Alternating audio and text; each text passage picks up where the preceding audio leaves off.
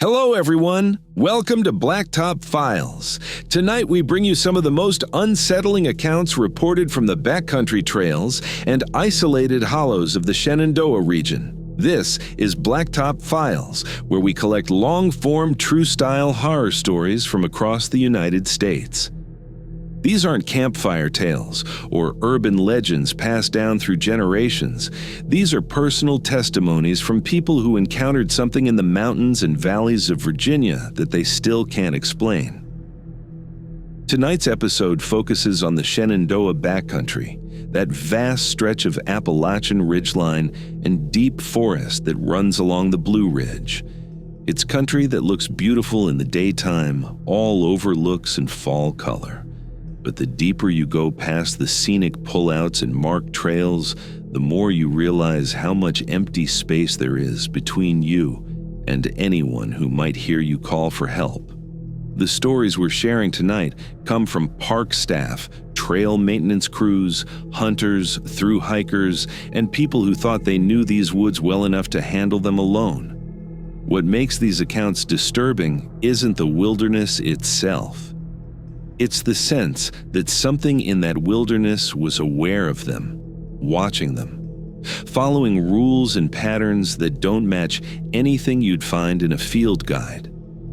These are the encounters that made people leave the backcountry early, abandon campsites in the middle of the night, or refuse to work certain sections of trail ever again. Before we begin, if you're new to Blacktop Files, please consider subscribing to the channel. Turn on notifications so you'll know when the next episode drops. And if you've had your own encounter, whether it was in the Shenandoah Backcountry or anywhere else in the country, share it in the comments below. We read everyone, and there's a chance your story could be featured in a future file. Now let's get into the accounts. The first one comes from a man who used to work trail maintenance in the park. I stopped taking assignments on the lower Rapidan section after that October. When people ask why, I tell them my knees can't handle the grade anymore, which is true enough. But that's not the real reason. I'd been doing trail work for the Park Service for about 6 years at that point. Mostly maintenance, some rehabilitation after storm damage, clearing blowdowns, that sort of thing. October was usually one of the better months for it. Cooler weather, fewer hikers once you got past the leaf peeper crowds on the main routes, and the bugs were finally gone. I'd been assigned a week-long project repairing water bars and clearing drainage on a backcountry stretch that didn't see much traffic. It was maybe 8 miles from the nearest road, accessed by an old fire road that had been gated off for years. The first 2 days were normal. I'd hike in early, work until mid-afternoon, then hike back out to my truck. The section I was working ran along a ridgeline for about 2 miles, before dropping down into a hollow with a creek at the bottom. Thick forest on both sides, mostly oak and poplar, with enough understory that you couldn't see more than 30 or 40 feet in any direction. The trail itself was in decent shape, just needed the water management structures rebuilt before winter. Standard work. On the third day, I noticed the deer trail.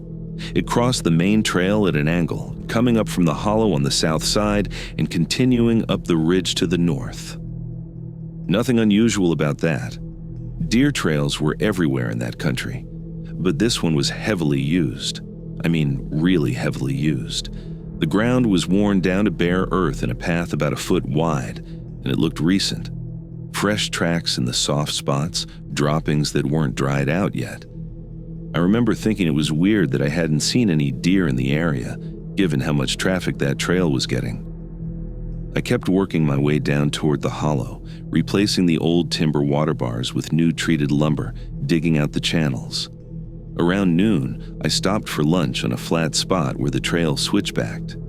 That's when I noticed the deer trail again. It crossed there too, at the exact same angle. Same width, same heavy use, same fresh sign. I followed it with my eyes uphill and downhill, and I realized it was running parallel to the main trail, maybe 20 feet off to the side, all the way down the slope. That bothered me, but I couldn't say exactly why.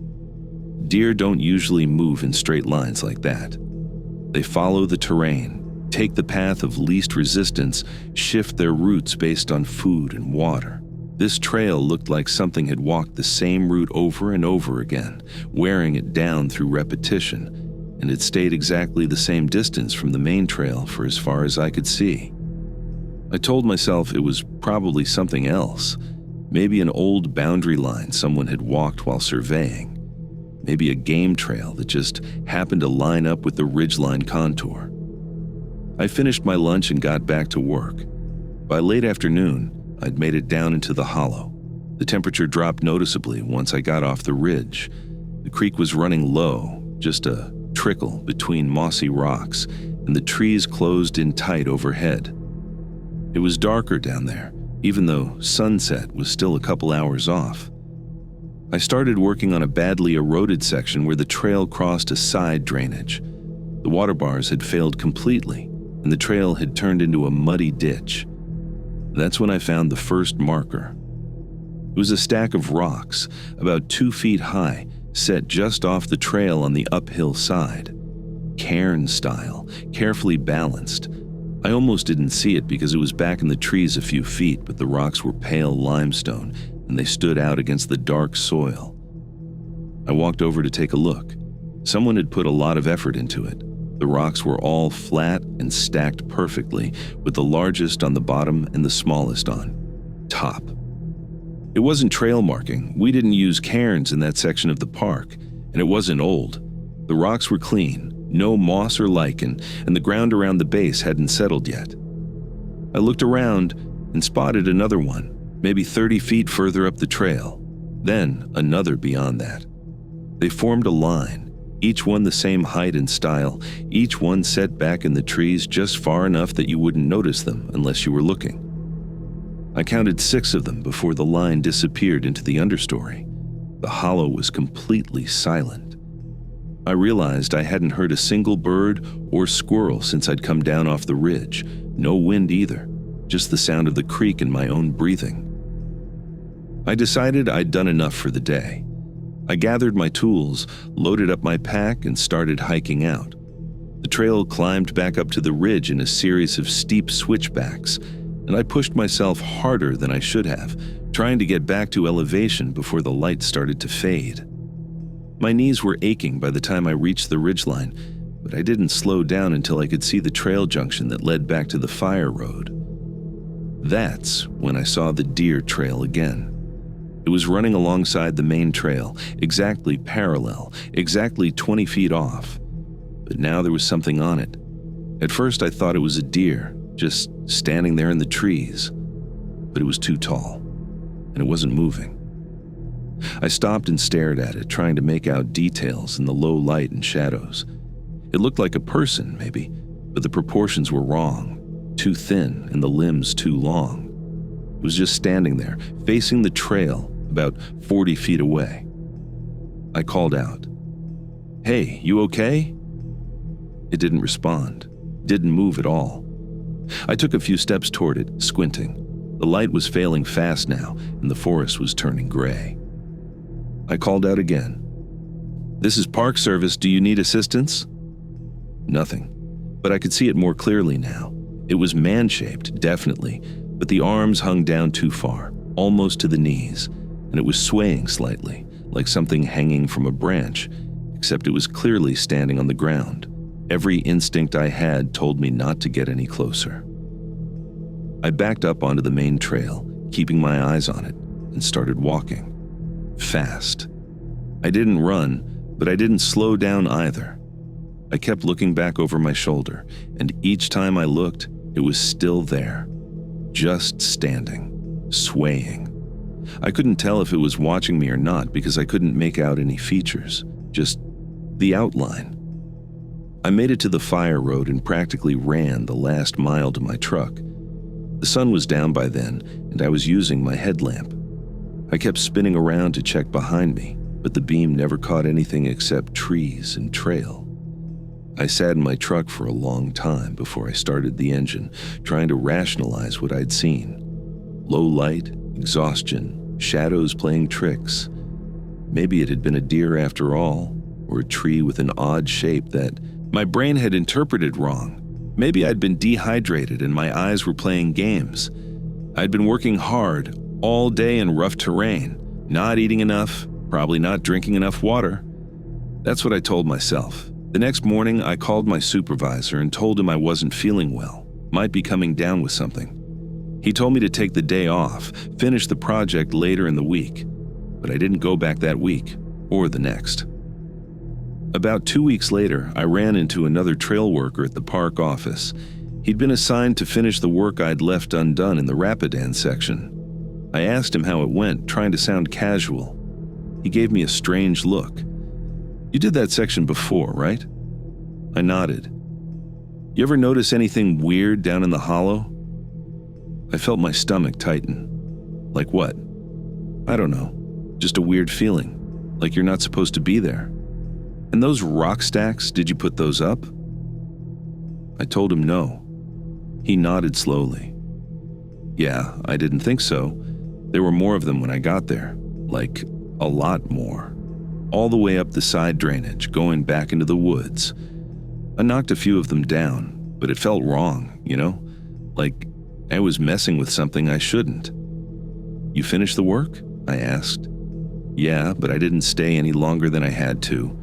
Did it all in one day, just pushed through. Didn't even stop for lunch.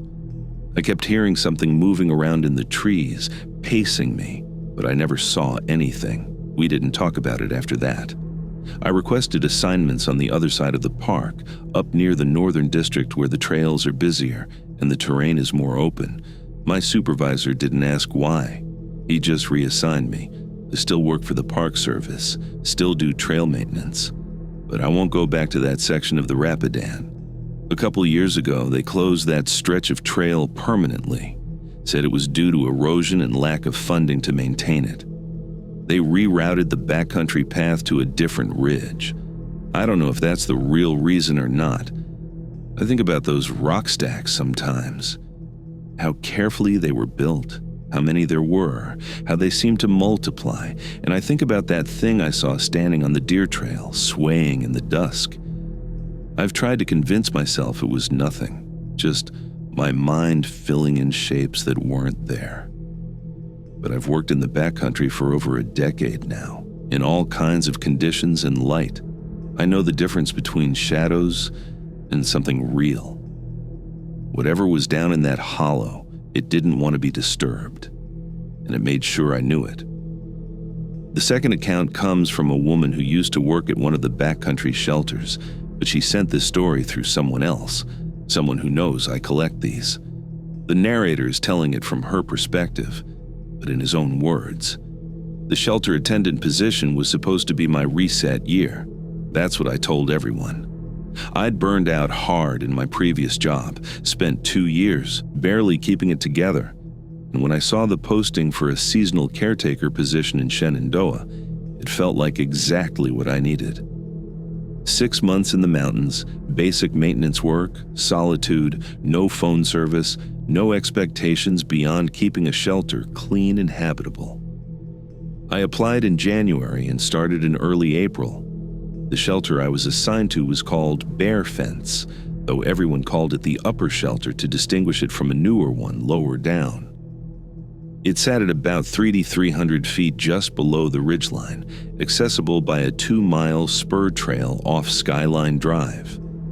It was one of the older structures in the park, built by the CCC back in the 30s, a 3-sided stone building with a raised wooden sleeping platform and a fire ring out front. My job was to sleep there 5 nights a week, maintain the structure and surrounding area, educate hikers about leave no trace principles, and file condition reports. I had a small storage locker for my gear and supplies, a water source half a mile down the trail, and a park radio that only worked if I hiked up to the ridge. The first few weeks were perfect. Spring was coming in slowly at that elevation, everything greening up and blooming. I'd get maybe 3 or 4 groups of hikers a night, mostly thru-hikers doing the AT section or weekenders out from Charlottesville.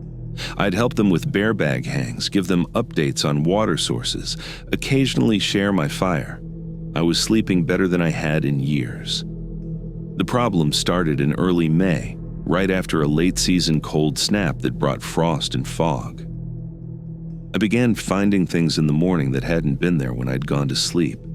Small things at first. Rocks arranged on the edge of the sleeping platform, lined up in a neat row. A pile of leaves swept into a perfect circle in front of the fire ring. Sticks propped against the shelter wall in a triangle shape. I assumed it was hikers messing around, bored kids, or someone with too much time on their hands.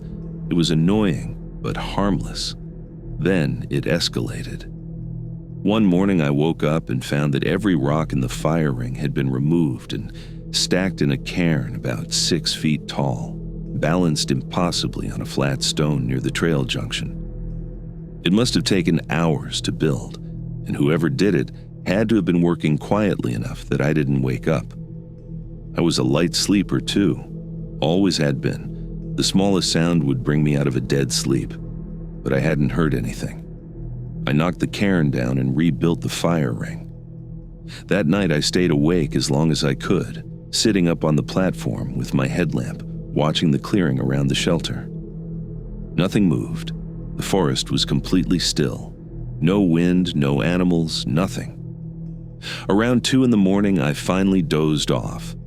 When I woke at dawn, there were handprints on the stone wall of the shelter, dozens of them pressed into the surface in some kind of pale clay or mud. Small hands, child-sized, they covered the entire back wall of the shelter, overlapping each other, all pressed at the same height like someone had walked along the wall, dragging their hands across the stone. The prints were still slightly damp. I radioed the ranger station that morning and described what I'd found. The ranger I spoke to, someone I'd met during training, told me it was probably teenagers from one of the local towns. They'd had problems with groups coming up the fire roads at night, drinking and vandalizing sites. He said he'd send someone up to document it, and in the meantime, I should clean it off and file a report. I spent most of that day scrubbing the handprints off the wall. The clay was thick, and it had gotten into every crack and texture of the stone. I used almost all my water supply and had to hike down to the spring twice to refill. By evening, I'd gotten it mostly clean, though you could still see faint outlines if you looked closely. I didn't sleep in the shelter that night. I set up my tent about 100 yards down the trail, off in the woods where I could see the shelter but not be seen. I told myself I just needed a break from the stone walls, needed to sleep under the stars for a change. But really, I was afraid of waking up to something worse. Around midnight, I heard singing. It was coming from the direction of the shelter, a woman's voice, high and clear. She was singing something old, maybe a folk song or hymn. I couldn't make out the words, just the melody rising and falling. I lay there in my sleeping bag, frozen, listening. It went on for maybe 5 minutes, then stopped abruptly. I didn't go investigate. I stayed in my tent, barely breathing until sunrise. When I checked the shelter in the morning, I found more handprints. This time they were on the sleeping platform, pressed into the wood grain. And there was something else. A smell. Sweet and rotten at the same time, like flowers left too long in water. It was strongest near the back wall. I packed up my tent and hiked up to the ridge to use the radio. I got the head ranger this time, a woman who'd been with the park for 20 years. I told her everything, the cairns, the handprints, the singing. I tried to keep my voice steady, tried to sound rational and professional, but I know I sounded scared because I was. She was quiet for a long time after I finished. Then she asked me if I'd heard any local stories about the shelter. I said no. She told me that the upper shelter had been temporarily closed twice in the past 15 years due to ongoing issues. She didn't specify what kind of issues. She said that some locations in the park seemed to attract activity that was difficult to explain, and the upper shelter was one of them. She said if I wanted to request a transfer to a different site, she would approve it, no questions asked. I asked her if anyone had ever figured out what was causing the activity. She said no. But she said something else that stuck with me. She said that the people who did best at that shelter were the ones who followed a simple rule: never acknowledge it. Don't respond, don't investigate, don't try to figure it out. Treat it like weather. Let it happen around you and don't engage. I stayed. I'm still not sure why. Maybe I was stubborn. Maybe I wanted to prove I could handle it. Maybe I just didn't want to fail at another thing. But I stayed, and I followed her advice. When I found arrangements of stones or sticks, I left them alone. When I heard sounds at night, singing or footsteps or tapping on the shelter wall, I didn't react. I lay there and breathed slowly and waited for it to stop. When I woke up to find things moved or rearranged, I cleaned them up quietly and went about my day. It worked, mostly. The activity continued, but it didn't escalate. It felt like a test, and once I stopped responding, whoever or whatever was doing it lost interest. The handprints stopped appearing. The singing became less frequent. By late June, things had quieted down enough that I could almost convince myself I'd imagined the worst of it. But I never slept soundly in that shelter again. I was always partially awake, always listening. And there were nights, especially foggy nights when the moisture came down heavy and the forest disappeared into gray, when I could feel something standing just outside the shelter opening. Not see it, just feel it. A presence, patient and still, waiting for something I couldn't name. I finished my contract in September and didn't renew. I told people it was because I'd gotten a better job offer, which was true. But the real reason was that I'd started dreaming about those handprints. Not the ones on the shelter wall, but new ones appearing on the walls of whatever room I was sleeping in. My apartment, my parents' house, hotel rooms when I traveled. Always the same small, pale prints, pressed into surfaces that shouldn't hold them. The dreams stopped after I left Virginia. Mostly. I still get them sometimes, once or twice a year, always in spring around the time the frost lifts. I wake up and check the walls, even though I know there won't be anything there. Old habits. I heard from someone still working for the park that they closed the upper shelter permanently last year. Structural concerns, they said. The stone was deteriorating and it wasn't cost-effective to repair. They dismantled the sleeping platform and let the forest take the rest. I don't know if that's the truth or just the official story. I don't know if it mattered. Some things don't need walls to persist. The third story comes from a hunter who used to lease land adjacent to the park. I gave up my lease after the 2019 season, and I haven't hunted that area since. When people ask why, I tell them the deer population crashed, which isn't exactly a lie. The numbers did drop. But that's not the reason I stopped going up there. I'd been hunting the same tract for 7 years. It was about 200 acres of private land that bordered the park on the eastern side, mostly hardwood ridges with a couple of hollows running down to a creek. Good deer country. The landowner was an older guy who lived down in the valley and didn't use the property much, so he was happy to lease it out to someone who'd keep an eye on things and handle any trespassers. I had 2 tree stands set up, one on the ridge overlooking a saddle where the deer liked to cross, and another down near the creek where they came to drink. Most of my hunting was bow season, October and November, when the leaves were down and the rut was starting. I'd drive up Friday after work, hike into one of the stands in the dark, and sit until mid-morning. Then I'd still hunt the ridges or scout new areas until afternoon, when I'd set up in the second stand until dark. I knew the property well enough to navigate it without a light, knew where the good trails were, where the deer bedded down, where the scrapes and rubs showed up every year. The season started normally enough. I was seeing deer, mostly does and young bucks, nothing I wanted to take yet. I was holding out for something bigger. The weather was good, cool and dry, and the sign I was finding looked promising. I had high hopes for November. Then one morning in late October, I found the gut pile. I was still hunting a ridge I didn't usually cover, just exploring, and I came across it in a small clearing about 50 yards from a game trail. At first I thought another hunter had killed a deer and field dressed it there, which would have been trespassing since my lease was the only hunting permission on that tract. But when I got closer, I realized it wasn't a deer.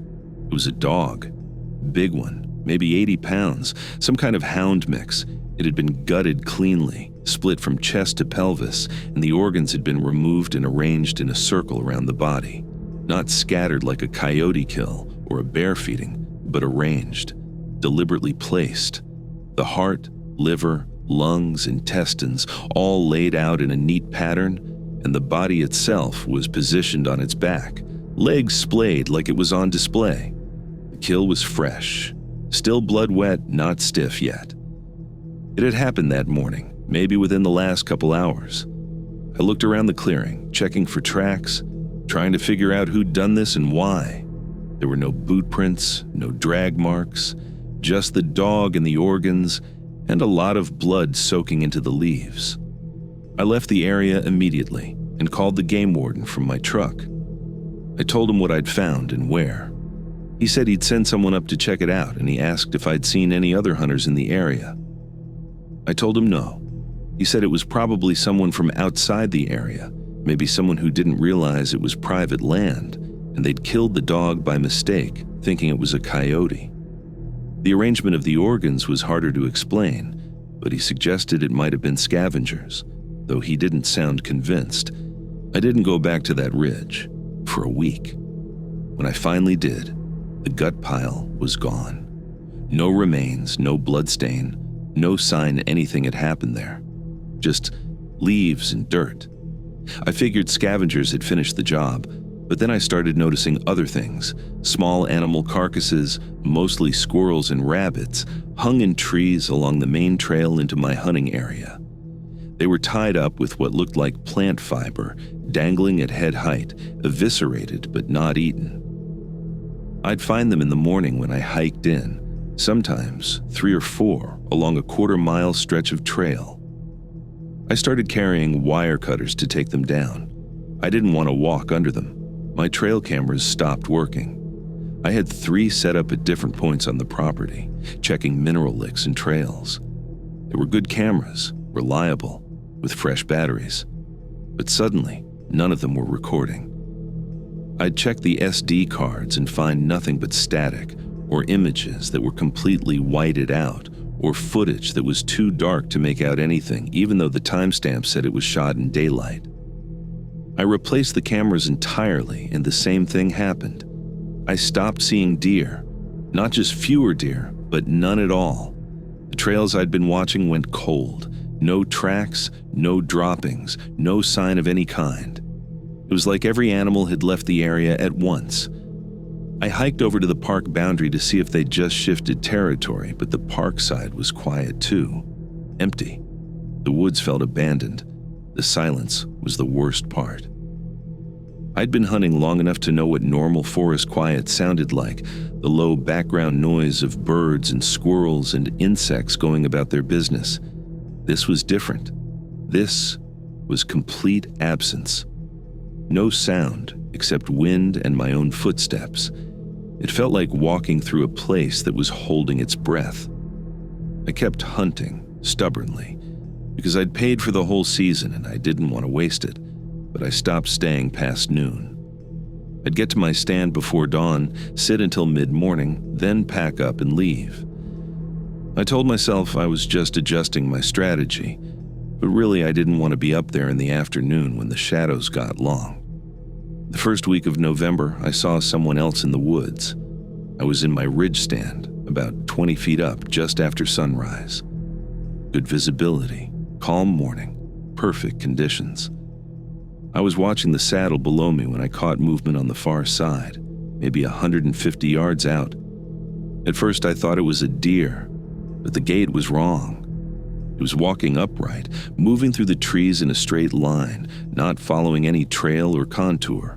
I lifted my binoculars and tried to focus on it. It looked like a person, but the proportions were off. Too tall, maybe 7 feet, and too thin.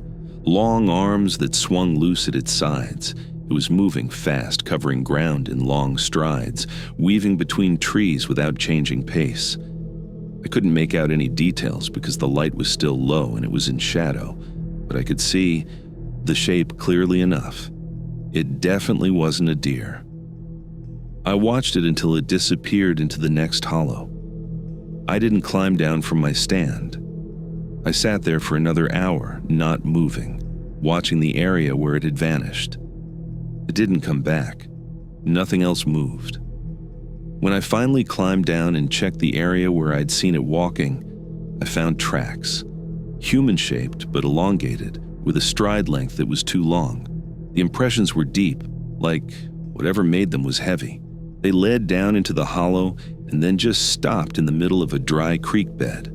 No continuation on the other side, no indication it had climbed out or backtracked, just stopped. I packed up my gear that day and didn't come back for 2 weeks.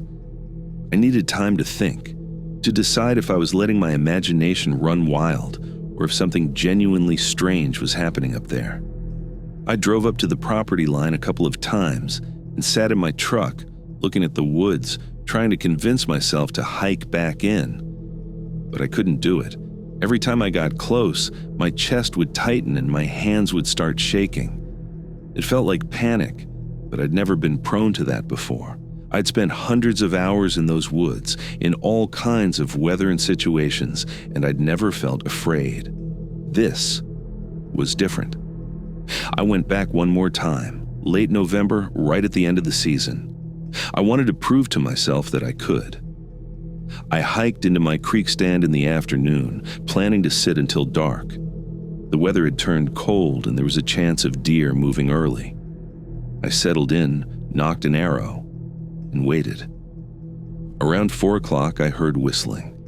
It was coming from up the ridge, somewhere in the direction of my other stand. A simple tune, 3 or 4 notes repeated over and over, not a bird, not a person trying to call someone, just whistling. Casual, almost cheerful. It moved along the ridge, getting gradually closer, and I realized whoever was whistling was walking the trail toward me. I stayed still and watched the trail. The whistling got closer, maybe 50 yards, then 40, then 30. I could hear footsteps now too, crunching through the leaves, steady and unhurried, but I couldn't see anyone. The trail was clear, no one on it, and the whistling was definitely coming from trail level, not up in the trees or off to the side. It was like listening to an invisible person walk past. The whistling stopped directly below my stand. The footsteps stopped too. I held my breath, not moving, bow in hand. I waited for whoever it was to reveal themselves, to step into view or call up to me. Nothing. Just silence. Then I heard breathing. Deep and slow, like someone had just finished a long walk and was catching their breath. It went on for maybe a minute, then the footsteps resumed. They continued down the trail, away from me, and the whistling started again.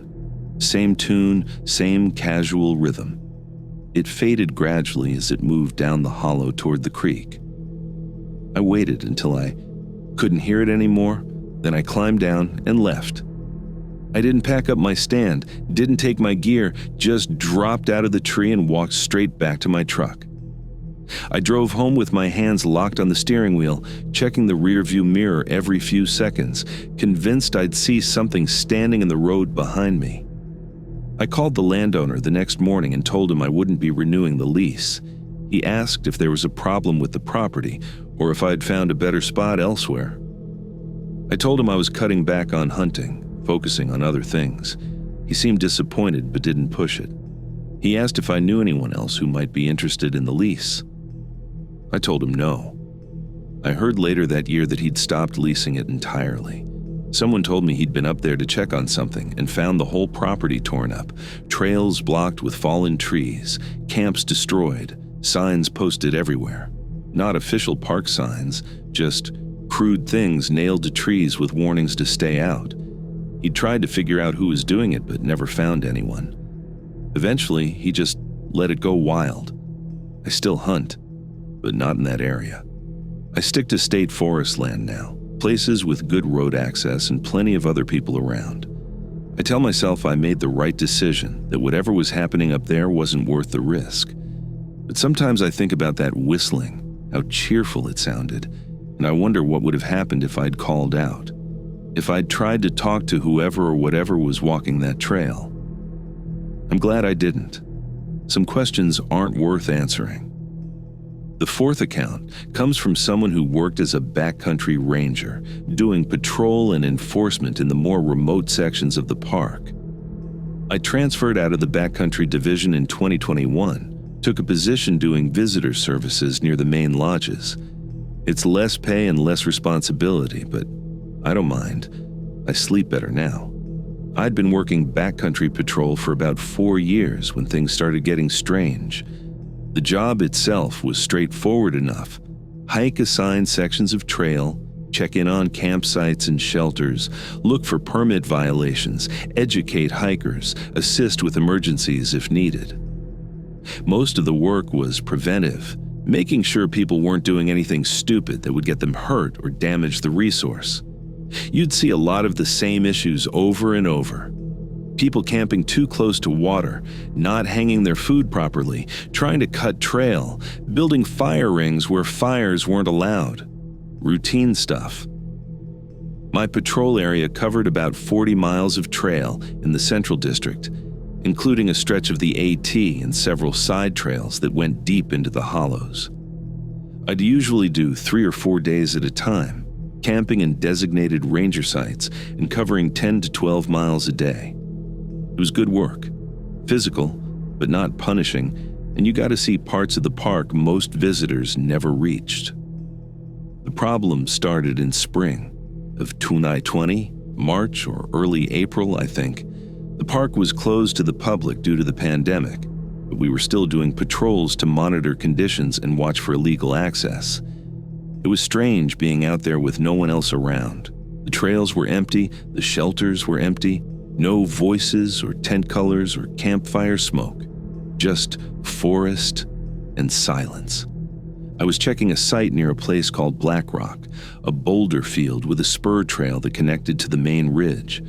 The site itself was a small clearing with a fire ring and a couple of tent pads set back in the trees about a quarter mile from the overlook.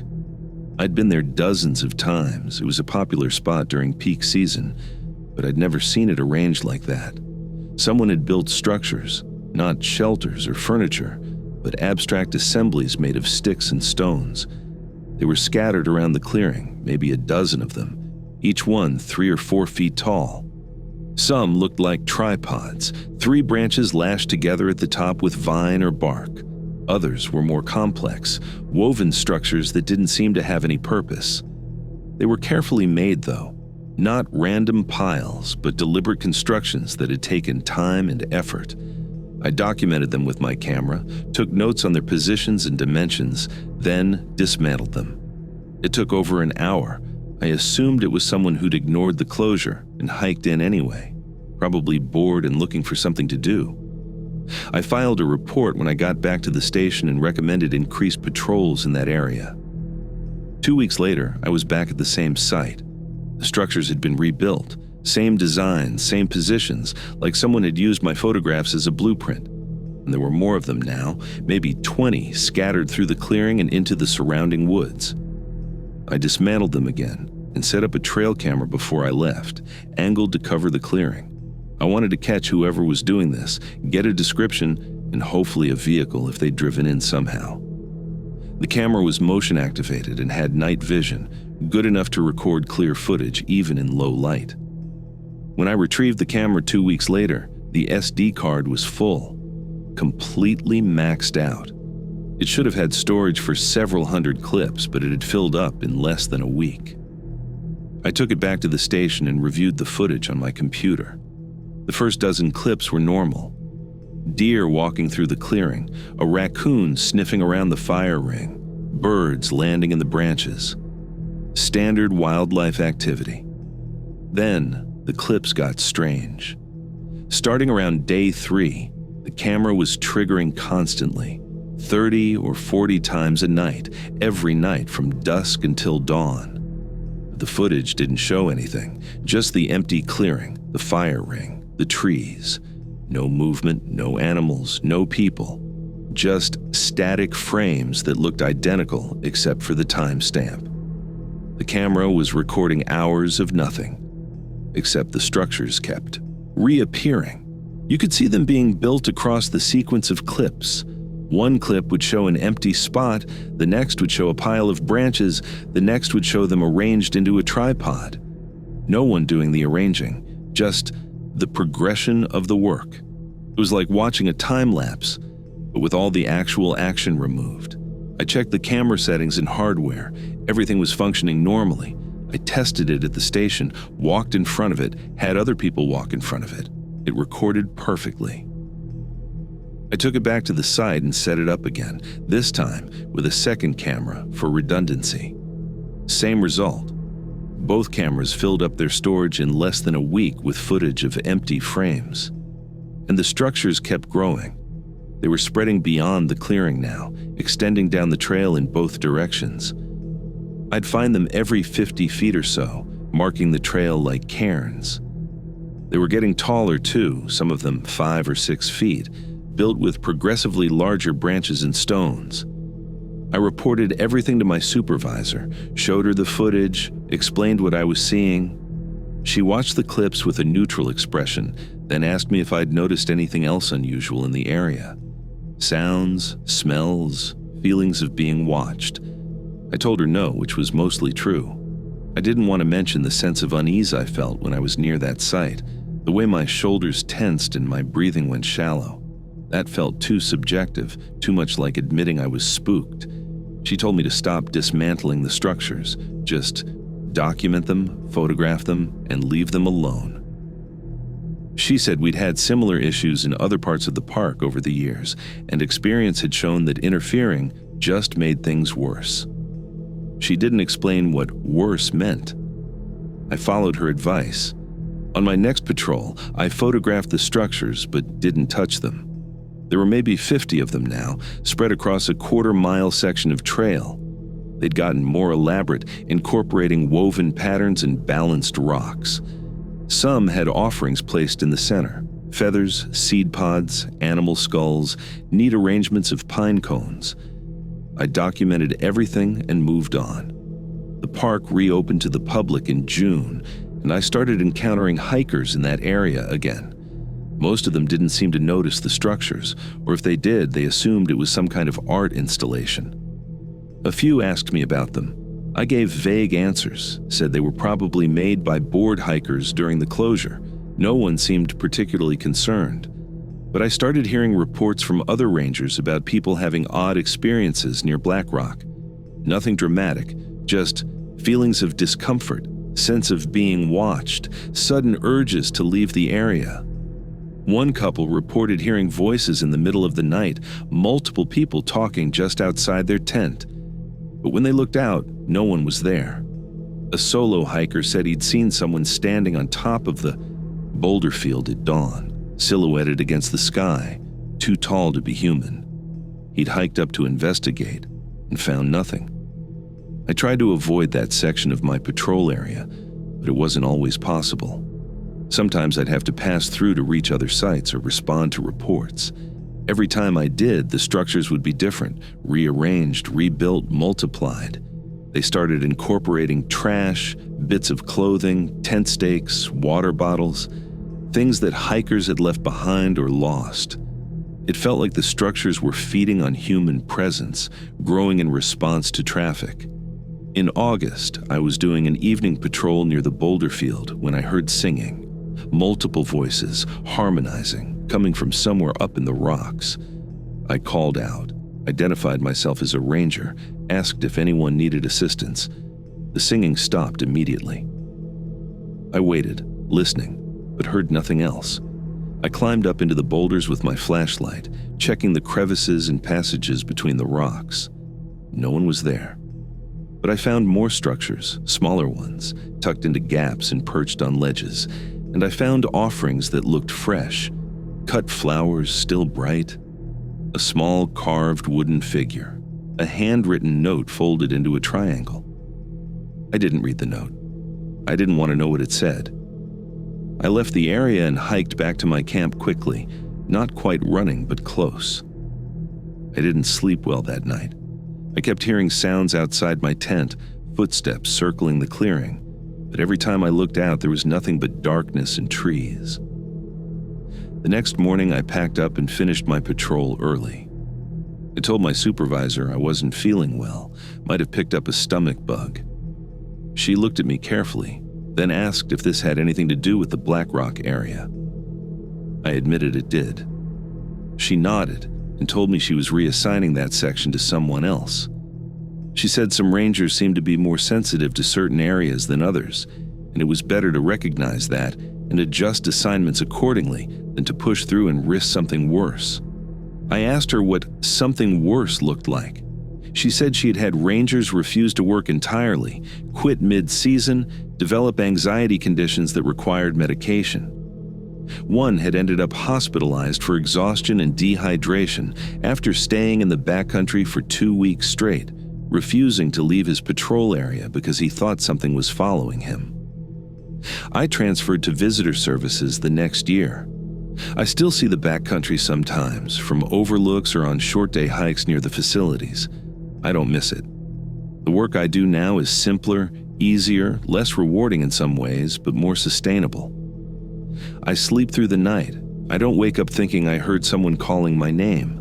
I heard from another ranger that they finally closed the Black Rock area for ecological restoration, rerouted the trail, blocked off access to the boulder field, posted signs saying the area was closed for revegetation.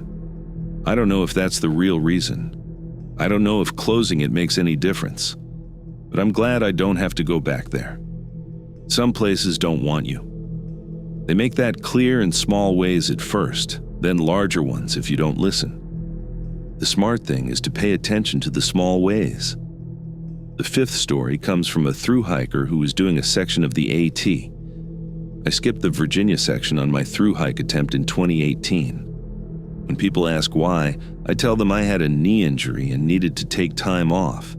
That's partly true. I did tweak my knee. But that's not why I left the trail. I'd started in Georgia in March, like most northbound hikers, and by late May I was making good progress through Virginia. I was averaging about 15 miles a day, my gear was dialed in, and my body had adapted to the routine. Virginia was supposed to be the easy part, comparatively flat, good weather, well-maintained trail. A chance to bank some miles before the harder terrain further north. I'd just come through Shenandoah National Park and was continuing north on the AT. The section I was hiking ran along a ridgeline for about 20 miles, mostly forested, with occasional views west toward the valley.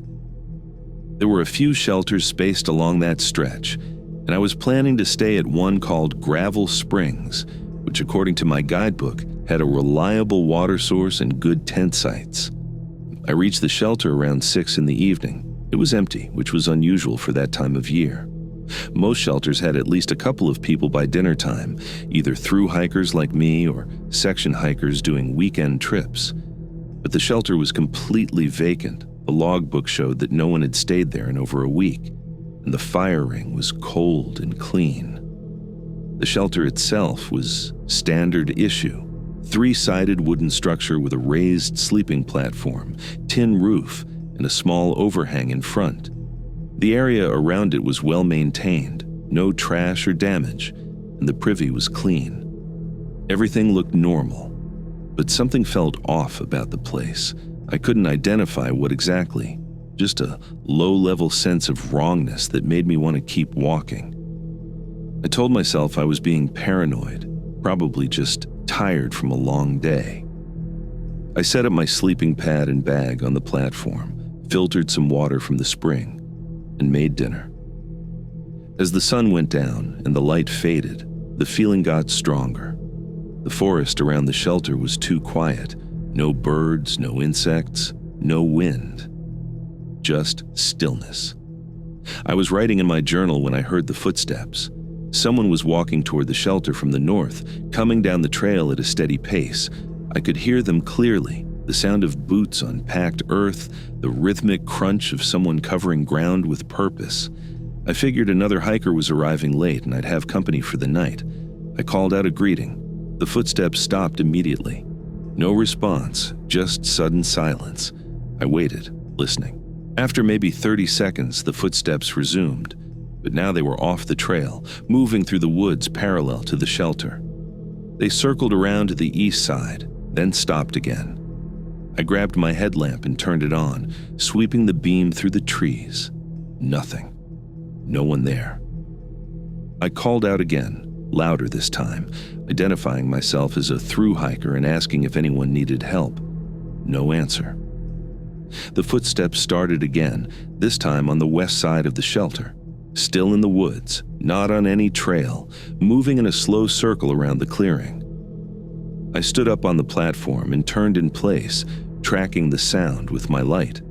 The beam caught nothing but trees and underbrush, but I could hear whoever it was moving out there. Definitely human-weight footsteps, definitely deliberate pacing. This went on for maybe 10 minutes. The footsteps would circle, stop, start again, always staying just beyond the range of my light. I started packing up my gear, shoving things into my pack without bothering to organize them. I didn't want to stay there anymore.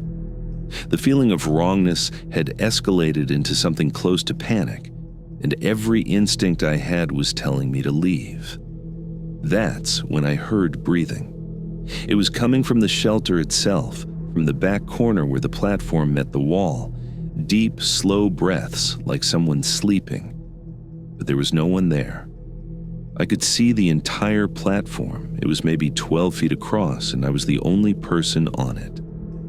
The breathing continued, steady and rhythmic. I pointed my light at the corner and saw nothing, just wood and shadow. But the sound was unmistakable, coming from exactly that spot. I jumped off the platform, shouldered my pack, and started walking. North, away from the shelter, moving fast. I didn't care that it was getting dark, didn't care that hiking at night was generally a bad idea. I just needed to get away from that place. The footsteps followed me. I could hear them behind me on the trail, matching my pace. When I sped up, they sped up. When I slowed down to navigate a rough section, they slowed down too. I didn't look back. I kept my eyes forward and my light on the trail and walked as fast as I could without running. After about a mile, the footsteps stopped, just ceased mid-stride, like someone had flipped a switch. I kept walking for another mile before I stopped to check behind me. The trail was empty. No sound, no movement, nothing. I didn't set up camp. I hiked through the night, covering another 8 miles in the dark, until I reached the next road, crossing around 2 a.m. I walked down to the highway and stuck out my thumb. A truck stopped after about 20 minutes, and the driver gave me a ride into a small town where I found a motel. I stayed there for 3 days, supposedly resting my knee, actually just trying to process what had happened. I called a few people, trail friends I'd made further south, and asked if anyone had heard anything strange about that section of trail. Most said no, but one person told me she'd heard from someone else that there were parts of the AT in Virginia where people reported weird experiences. Sounds, shadows, feelings of being followed. Nothing consistent enough to be documented officially, just rumors that passed between hikers. I ended up skipping that section entirely. I got a ride north to Harper's Ferry and resumed hiking from there. I told people I'd needed to take a break, let my knee heal, and by the time I got back on trail, I'd missed the Virginia section. I said I'd come back and fill it in later. I never did. I finished the rest of the thru hike without major problems, made it to Katadine in early October, summited, took the traditional photo at the sign. But I don't count it as a complete thru hike. There's a gap in my trek, about 80 miles in Virginia that I'll never walk, and I'm fine with that.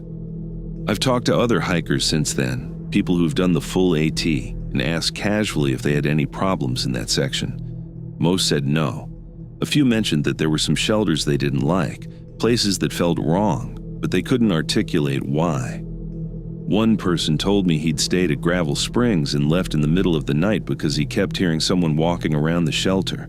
He'd assumed it was an animal, but the footsteps sounded human. I don't know what was out there.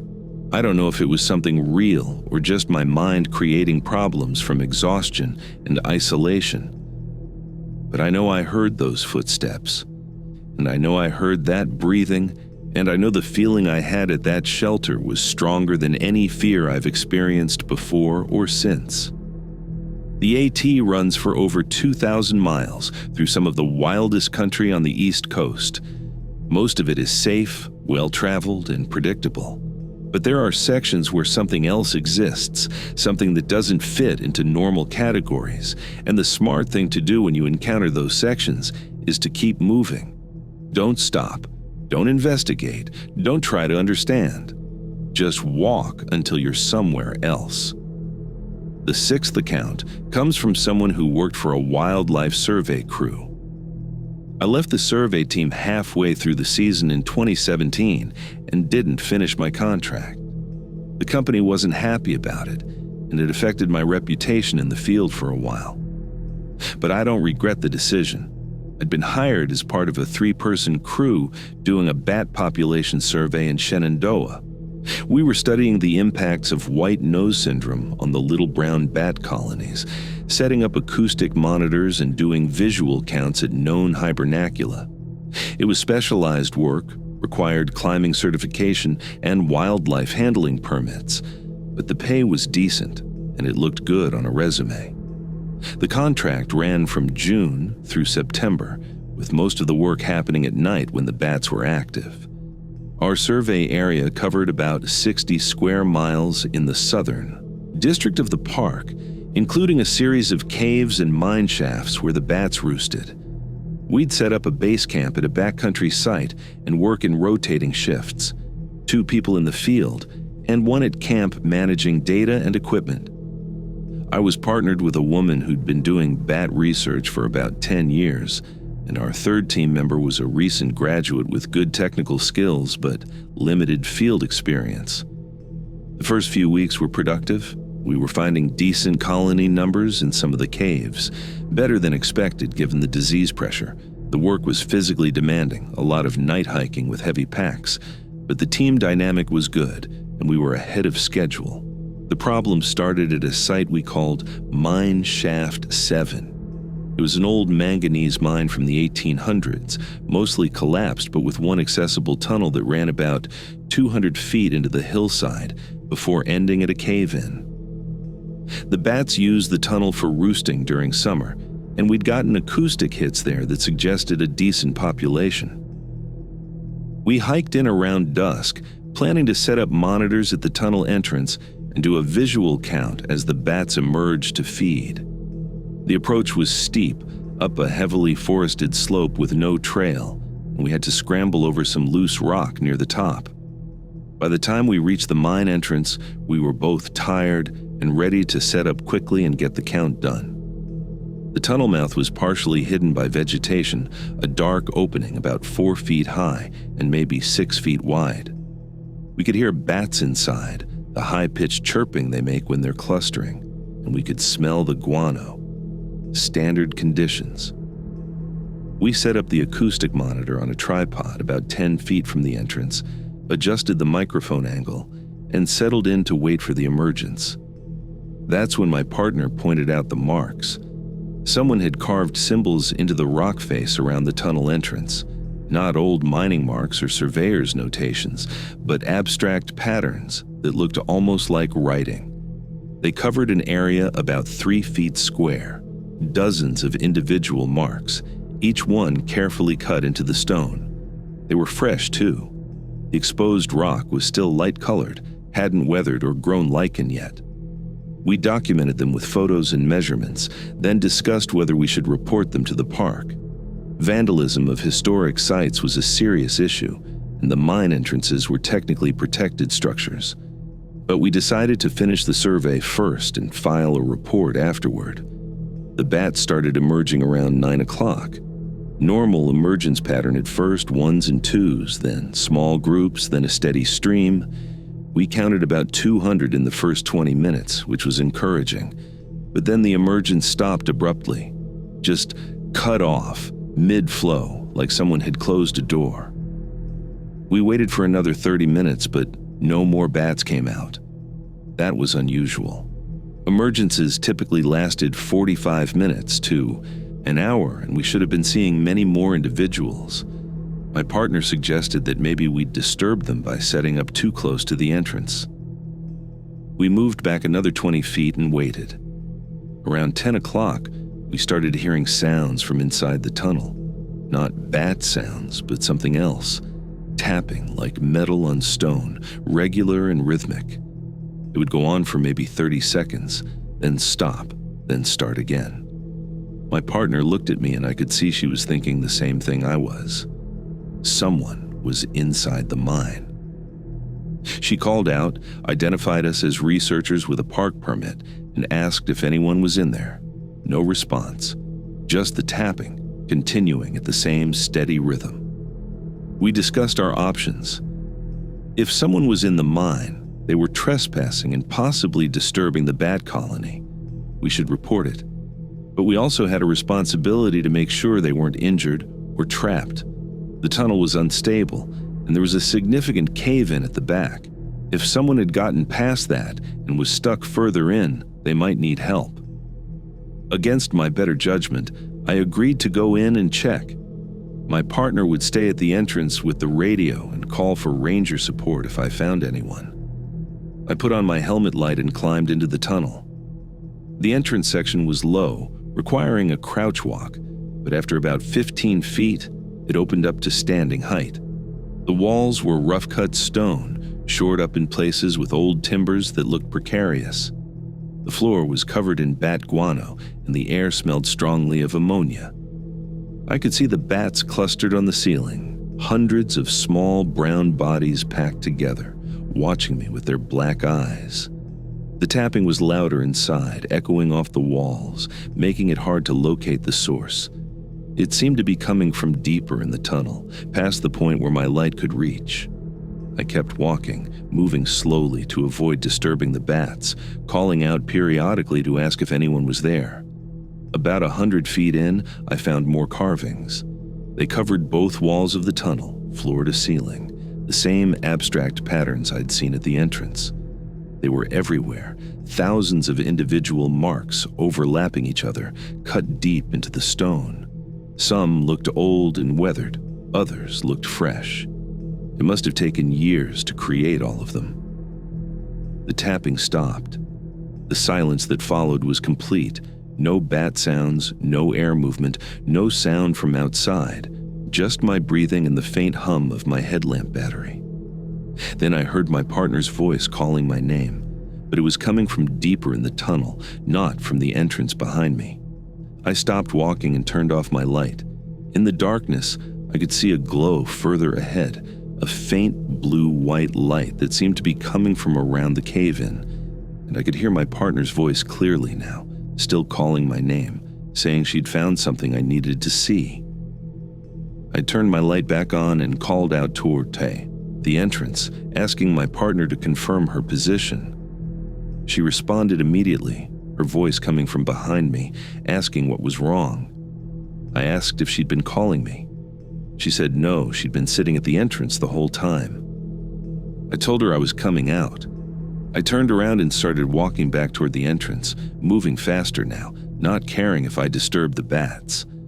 The voice in the tunnel behind me called my name again, frustrated now, asking why I was leaving. It sounded exactly like my partner. Same tone, same inflection, same slight accent.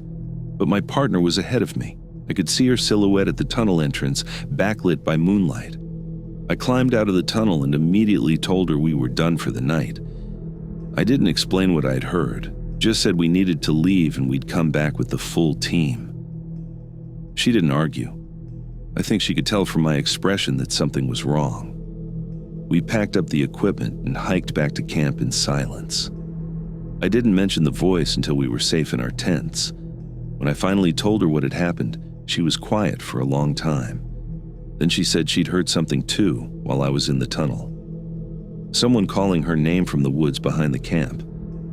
She'd assumed it was a hiker passing through, but when she'd looked, no one was there. We reported everything to the project supervisor the next morning. The carvings, the strange sounds, the voices. He listened to the whole account without interrupting, then told us he was pulling the team from that survey site. He said he'd had problems with Mine Shaft 7 before, during a previous survey season. The crew that had worked it then had reported similar experiences and had refused to return. He'd hoped it was just seasonal or weather-related, but clearly it wasn't. We finished the rest of the survey season without going back to that mine.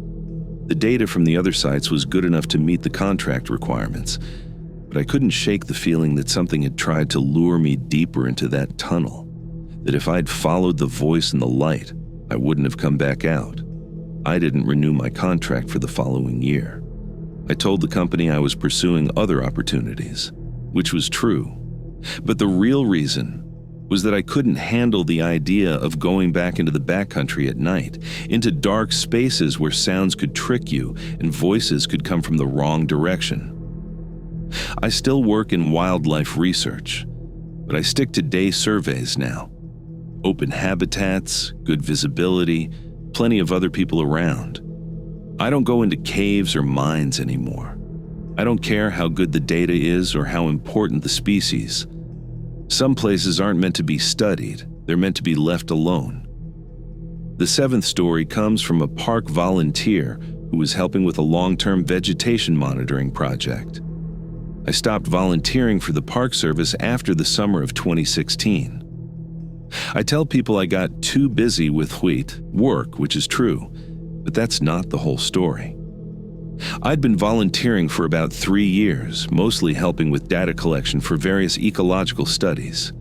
The work was simple but important, setting up monitoring plots, taking measurements, recording observations. It got me out into the backcountry on a regular basis, and I enjoyed the solitude. Most of the volunteers were retirees or students, but I was in my mid-30s and treated it as a way to decompress from my regular job. That summer, I was assigned to help with a vegetation resurvey project. The park had established permanent monitoring plots back in the 1990s, and every 5 years they'd go back and remeasure everything to track changes over time. My job was to help relocate the plots using GPS coordinates and old maps, then assist the lead researcher with the measurements and species identification. The plot I'm going to tell you about was in a remote section of the park, about 6 miles from the nearest road, in a steep hollow that drained into a larger creek system. According to the maps, it was an old-growth forest site, never logged, with some big trees and unusual species composition. The plot hadn't been visited since 2011, and we were scheduled to spend 2 days there doing the full suite of measurements. We hiked in on a Thursday morning in July, hot and humid, the kind of weather where you're soaked with sweat within the first mile. The lead researcher was a woman who'd been doing this work for over a decade, methodical and focused, and we made good time despite the terrain. We reached the general area around noon and started searching for the plot markers. That's when things got confusing. The plot was supposed to be marked with rebar stakes at each corner, with aluminum tags showing the plot number, but we couldn't find them. We spent over an hour searching, using the GPS coordinates and triangulating from known landmarks, but the stakes weren't where they should have been. We expanded our search area, thinking maybe the coordinates were off, but still found nothing. Finally, around 2 o'clock, we found one of the stakes. It was about 50 yards from where it should have been, according to the GPS. The aluminum tag was still attached, showing the correct plot number, but the stake had been pulled up and moved. It wasn't just displaced by erosion or animal activity, it had been deliberately removed and replanted in a different location. We found the other 3 stakes over the next hour. All of them had been moved, all replanted in new positions that formed a square about 30 feet on a side. The original plot had been 40 feet square, so someone had not only moved the stakes, but had reduced the size of the plot. And they'd done it carefully, making sure the new corners formed right angles and the distances were consistent. The researcher was frustrated and confused. She'd never seen anything like this before. Plot markers got damaged or lost sometimes, but they didn't get deliberately rearranged. She took detailed photos and GPS readings of the new positions, and we spent the rest of the afternoon trying to figure out where the original plot corners had been. We eventually found the original holes where the stakes had been planted, still visible as depressions in the soil, and we were able to reconstruct the original plot boundaries. We decided to survey both the original plot and the new one to document whatever had changed. It would mean extra work, but we had time, and it seemed like important information. We set up our tent in a flat spot near the creek and worked until dark, getting about half the measurements done. That night I woke up to voices. At first I thought it was the researcher, talking in her sleep or maybe using her radio. But she was silent in her sleeping bag, and the voices were coming from outside the tent. Multiple voices having a conversation I couldn't quite make out. They sounded close, maybe 20 feet away, but I couldn't see any lights through the tent fabric. I listened for a few minutes, trying to determine if it was other campers who'd hiked in late. We were in a research area, closed to public camping, and we hadn't seen any other people on the way in. I unzipped the tent quietly and looked out. No one was there. The forest was dark and still. The voices had stopped the moment I'd opened the tent. I woke the researcher and told her what I'd heard. She said she'd heard it too, but had assumed it was me talking in my sleep. We both got out of the tent and walked around the campsite with our headlamps, checking for any sign of other people. Nothing. No footprints, no trash, no evidence anyone else had been there. We went back to the tent, but neither of us slept well. Every hour or so, we'd hear the voices again, brief snatches of conversation, always stopping when we moved or made noise. It went on until dawn. In the morning, we found that someone had rearranged our equipment. Our surveying tools, which we'd left in a neat pile near the plot, had been moved and set up in a pattern. The measuring tapes were stretched out to form a triangle, the clipboards were stacked in a cairn, and the flagging tape had been wound around a tree trunk in a spiral pattern. It had clearly been done during the night while we were in the tent. The researcher wanted to leave immediately, but we decided to finish the measurements first. We worked quickly and silently, both of us on edge, constantly checking the woods around us. Every time we'd take a measurement and record it, we'd find that one of our tools had been moved slightly when we turned our backs. A pencil would be on the other side of the clipboard. A tape measure would be rewound when we'd left it extended. Small things, easy to miss if you weren't paying attention, but unmistakable once we started watching for them. We finished the survey by early afternoon and packed up in record time. As we were getting ready to hike, out the researcher noticed something carved into one of the large trees at the edge of the original plot. It was a date, 7/23/11, the exact date of the previous survey 5 years earlier. Below the date was a message carved in neat block letters. Plot moved, do not restore. We took photos of the carving, then left. We didn't discuss what it meant until we were back at the ranger station. The researcher filed a detailed report including all the photos and GPS data and recommended that the plot be retired from the monitoring program. She said that someone was clearly interfering with the site, and any data collected there would be unreliable. I asked her if she thought it was another researcher, maybe someone with a competing project who wanted to sabotage the monitoring program. She said no. The level of effort required to move those stakes, rearrange our equipment, and carve that message suggested someone who was spending a lot of time at that site. And the fact that they'd known the exact date of the previous survey suggested they'd been watching the plot for years. She said something else that stuck with me. She said that in her experience, there were places in the backcountry that didn't want to be studied. That would resist documentation in subtle ways, making the work difficult or dangerous until you gave up and went somewhere else.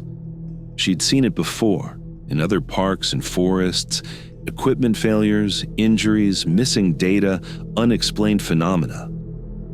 Sometimes the smartest thing was to recognize when a place was telling you to leave it alone. The plot was officially retired from the monitoring program later that year. The documentation cited access difficulties and site disturbance, but I think the real reason was that no one wanted to go back there. I kept volunteering for a few more months, but I requested assignments that kept me closer to the roads and visitor centers. I didn't want to be deep in the backcountry anymore, camping alone in places where voices could come from nowhere and your equipment could rearrange itself in the night. I think about that message sometimes. Do not restore. Like someone or something had decided the plot should be in a different place, was willing to defend that decision. I don't know what would have happened if we'd tried to move the stakes back to their original positions. I'm glad we didn't find out. The eighth and final account comes from someone who used to work in emergency services, responding to search and rescue calls in the park. I took a desk job in 2020 and haven't responded to a backcountry call since. People assume it's because I'm getting older, can't handle the physical demands anymore. That's part of it. But the real reason is that I got tired of searching for people who didn't want to be found. I worked search and rescue in the Shenandoah area for about 12 years. Mostly volunteer, sometimes paid depending on the situation, always on call. The work was exactly what you'd expect. Hikers who got lost or injured, kids who wandered off from campsites, elderly people with dementia who'd walked away from group homes in the valley and ended up in the park. We'd get maybe 20 or 30 call-outs a year, most of them resolved within a few hours, some taking days. The case I'm going to describe happened in October of 2019. A woman had been reported missing by her husband after she failed to return from a solo day hike. She'd left that morning to do a loop trail in the Central District, about 8 miles total, well marked and heavily traveled. She was experienced, had good gear, and had done the same hike multiple times before, but she hadn't come back by dark, and she wasn't answering her cell phone. The search was organized quickly. We had about 30 people, a mix of park rangers and volunteer SAR, and we divided the trail into sections. My team was assigned the northern section, a stretch of about 2 miles that included a side trail to an overlook. We started at first light, moving slowly, checking off trail areas and calling her name. We found her around noon, about a quarter mile off the main trail, sitting on a rock in a small clearing. She was alive and uninjured, just sitting there, staring into the woods. She didn't respond when we called to her, didn't acknowledge our presence at all. We had to walk right up to her and touch her shoulder before she seemed to notice us. She was confused and disoriented. Couldn't tell us what day it was, couldn't explain why she'd left the trail, couldn't remember anything after starting her hike that morning. We did a quick medical assessment and determined she was physically fine, just dehydrated and possibly hypothermic. We gave her water and warm clothes and started walking her back to the trail.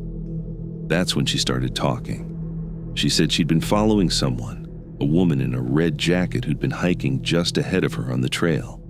She'd been trying to catch up to say hello, but the woman had stayed just out of reach, always moving at the same pace, never looking back. She'd followed the woman off the trail and into the woods, thinking the woman knew a shortcut or was heading to a scenic spot. But the woman had just kept walking, deeper into the forest, and she'd kept following. She said she'd followed for hours, maybe days, she couldn't tell. The woman in the red jacket had led her through areas that didn't feel like the park anymore, where the trees were wrong and the light was wrong and the sounds were wrong. She'd wanted to turn back, but every time she tried, she'd see the red jacket ahead and feel compelled to keep following. She'd only stopped when the woman had finally turned around. She said the woman's face was wrong. Not disfigured or monstrous, just wrong. Like someone who'd forgotten how to arrange their features properly. The woman had looked at her for a long time, then had walked away into the trees and disappeared. We got her back to the trailhead, and handed her over to the paramedics. They transported her to a hospital in the valley for evaluation. The official report listed her as experiencing acute confusion due to dehydration and exposure. The Park Service added a note about solo hikers and the importance of staying on marked trails. But I talked to one of the paramedics later, and he told me she'd been adamant about the woman in the red jacket. She'd described her in detail, the style of jacket, the color of her hair, the way she walked.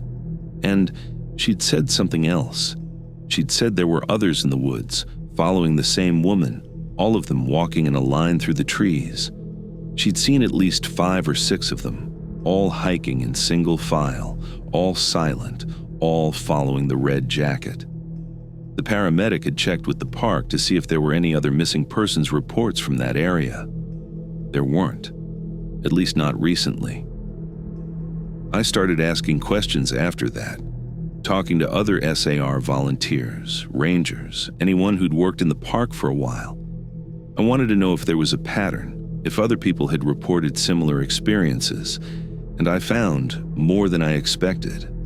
Over the years, there had been multiple cases of people found off-trail in that general area, all of them disoriented, all of them claiming they'd been following someone. The details varied, but the core story was always the same. They'd seen another hiker ahead of them, someone who seemed to be going somewhere specific, and they'd followed. The person they were following would lead them off the trail, into the backcountry, deeper and deeper until they were completely lost, and then the person would disappear, leaving them alone.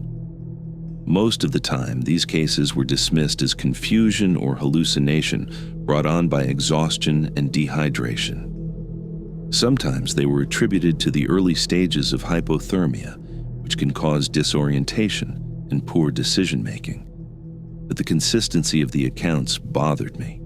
The same basic narrative repeated over and over across different years and different seasons. I started looking at old case files, going back decades. I found at least a dozen cases that fit the pattern. And I found something else. There were people who'd never been found, hikers who'd been reported missing, searched for extensively, and never located. Not all of them, maybe 1 or 2 every few years, but enough to notice. And in almost every case, someone had reported seeing them on a trail shortly before they disappeared, walking with purpose, following someone else.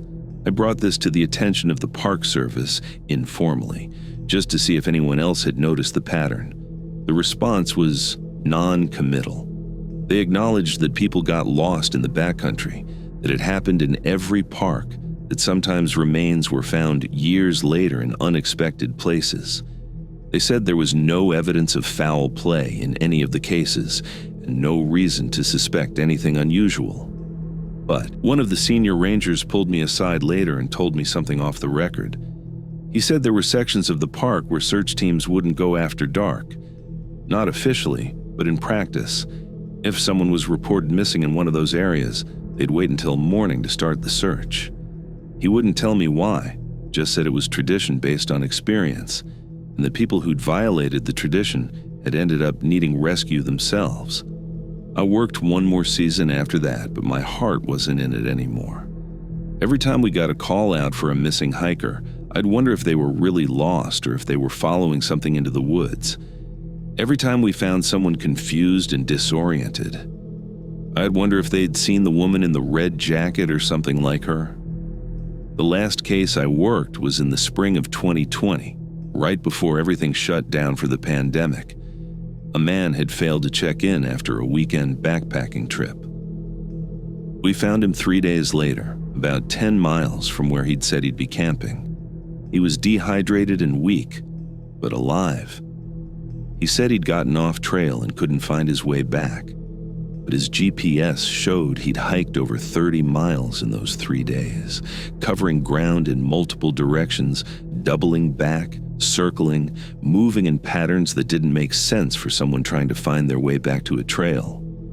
When we asked him why he'd hiked so far, he said he'd been trying to catch up to his group. He'd been hiking alone, but he'd kept seeing tents and hearing voices just ahead, and he'd thought he was close to catching up with other campers who could help him. But every time he'd get close, the sounds would move further away, and he'd keep following them. I filed my report and put in my notice the next week. I told them I was transitioning to administrative work, handling logistics and coordination instead of field work. They were understanding. After 12 years, I'd earned the right to slow down. But the truth is, I couldn't do it anymore. Couldn't walk into those woods knowing that something was deliberately leading people astray. Couldn't search for people who were following a red jacket or following voices or following lights that would lead them deeper and deeper until they were so lost they'd never find their way back. I still live in the area. I can see the mountains from my house. And sometimes, usually in October when the leaves are turning and the light is golden and the air is cool, I'll think about hiking up to one of the overlooks just to see the view. But I never do, because I remember what the senior ranger told me about places where search teams wouldn't go after dark. And I remember the woman we found, sitting on a rock, staring into the woods, talking about faces that were wrong and people walking in lines through the trees. The backcountry is beautiful, and most of it is safe, and millions of people hike through it every year without incident. But there are places in the Ani, Shenandoah, and probably in every mountain range where the rules are different, where something exists that understands how to use our instincts against us, our desire to follow paths, to find other people, to not be alone in the wilderness. It knows how to make us follow it. And once you start following, once you step off that trail and into the trees, you might not be the one deciding when to stop. That's why I work a desk now. That's why I don't go into the backcountry anymore. Not because I can't handle the physical demands, but because I know what's out there. And I know that some searches aren't meant to succeed.